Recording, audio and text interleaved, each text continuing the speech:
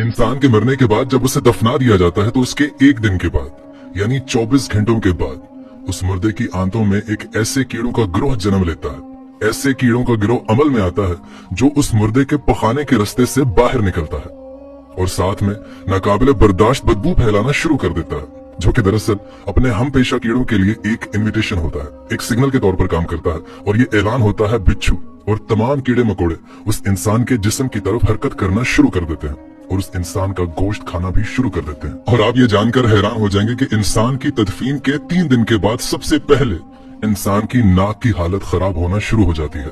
6 दिन के बाद इंसान के नाखून गिरना शुरू हो जाते हैं और 9 दिन के बाद इंसान के बाल भी गिरना शुरू हो जाते हैं और 9 दिनों के बाद इंसान के जिस्म पर एक भी बाल मौजूद नहीं रहता और साथ साथ इंसान का पेट भी फूलना शुरू कर देता है और 17 दिन के बाद पेट फट जाता है। 60 दिन के बाद मुर्दे के जिस्म से सारा गोश्त खत्म हो जाता है और इंसान के जिस्म पर एक भी बोटी, एक भी गोश्त का लोथड़ा मौजूद नहीं होता। और दोस्तों 90 दिन के बाद इंसान की हड्डियां भी एक दूसरे से जुड़ा होना शुरू हो जाती हैं और पूरा 1 साल लगता है। 1 साल के बाद वो तमाम की तमाम हड्डियां भी बोसीदा हो जाती हैं और बिलाखिर जिस इंसान को दफनाया गया था 1 साल के अंदर अंदर उस इंसान का वजूद खत्म हो जाता है। खत्म। अब मुझे ये बताएं कि अगर 1 साल में हमारा वजूद ही खत्म हो जाता है तो मेरे दोस्तों ये गुरूर, ये तकब्बुर, ये हिर्स, ये लालच, ये घमंड, ये दुश्मनी, ये हसद, ये बुग़्ज़, ये जहां की इज्जत, वकार, नाम, पेशा